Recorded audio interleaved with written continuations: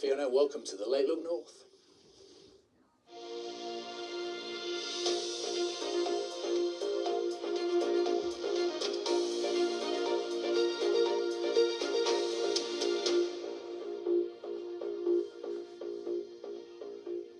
Good evening, I'm Adam Powell. NHS workers in our region say they are being verbally and physically assaulted because of the colour of their skin. The BBC's been told racism towards frontline hospital staff and emergency call handlers is now at unprecedented levels. A warning, you may find the start of Martin Lindsay's report distressing. Hello, you're through to the NHS 111. Can I take your telephone number, please? You can see me telephone number. Right, okay. Can I use this number as your telephone number in case we get disconnected? It's the only number I've got. Please stop there. Do not shout at me. Off. A tirade of racist expletives that are too offensive to broadcast. The voices you're hearing are actors, but the words are taken from real phone calls. You come here on a boat, you black. Just go home yourself. I've had instances of people saying stuff like, we want to speak to an English person, we don't want to speak to you. Or either, like there's been instances when people have said stuff like, go back to where you came from, you have taken everything from us. This call handler didn't want to be identified because of fears that would attract more abuse. He's worked for the North East Ambulance Service for 2 years. Like lots of other NHS workers in England, he's facing unprecedented levels of racism. On the worst days, he says he can be racially abused 3 times. It used to be 1 or 2 incidents over just a span of few months, but in the past few months, in this year, it's increased drastically. They're saying stuff like they can't understand my English, they want an English person to speak to. That lowers my confidence at that time specifically. Other than that, takes a mental toll, like does put stress on me, does make me think, is it worth it? I'm still doing this job.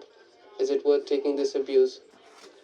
In 2023, according to figures we've seen from our region's NHS Trust, there were 162 reports of racial incidents towards staff, which includes verbal and physical assaults. But in 2024, that had jumped to 226, a rise of 40% in just a year, much higher than the national increase. Part of the rise could be because staff are reporting abuse more often, but they say the appreciation from other patients keeps them going.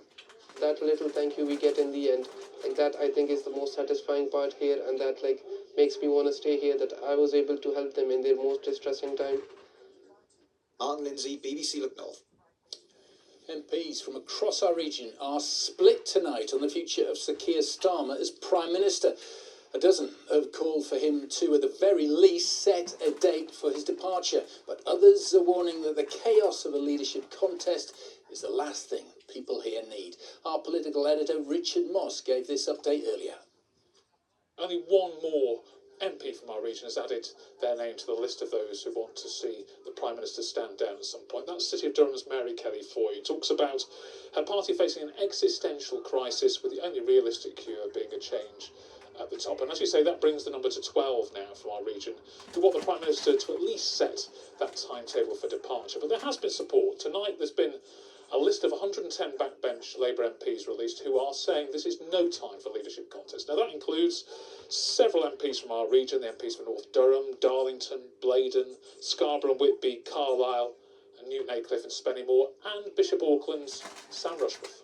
I think that we need the time it takes to turn it around, and the right way to do it is you do that, and then you face the voters in 4 years after the election, 5 years after the election, and they give their verdict then. We can't have this kind of constant changing Prime Minister every 12 months that we've been having. It's not good for the country. Well, football now, and the stakes could not have been higher on the South Coast this evening as Middlesbrough and Southampton attempted to reach the Championship playoff final, but after extra time, Middlesbrough lost 2-1. Mark Tulip looks back at the action. The scene was set for a feisty, hotly contested semi-final. Middlesbrough enjoyed a fast start, but were denied an early penalty. It mattered not, though. Callum Britton in space soon found Riley McGree, who fired the visitors ahead. Ex-Sunderland striker Ross Stewart should have levelled the tie here. Reminders of the so-called Spygate affair were never far away, and with so much at stake, tempers occasionally flared on the pitch and even in the technical areas. More of an attacking force as half-time approached. Southampton's pressure eventually paid off. The potential foul from Stewart was quickly followed by the Scots' towering header on his 50th appearance. Shortly after the break, Middlesbrough were rueing the absence of VAR as Saints got very lucky. But the home side was soon on the charge. Manning went close and Cienza's penalty appeal was brushed away. As Borough tired late on, Saints sub Kyle Larin was denied by Sol Bryn, and this penalty shout went the Teesiders' way. Extra time it had to be, and with Borough running on empty, it was Southampton who won it at the death. Spygate permitting, it'll be the Saints versus the Tigers at Wembley. Pure heartbreak for Bray Borough. Mark Tulip, BBC Look North. Poor old Borough. Here's the weather now with Paul Mooney.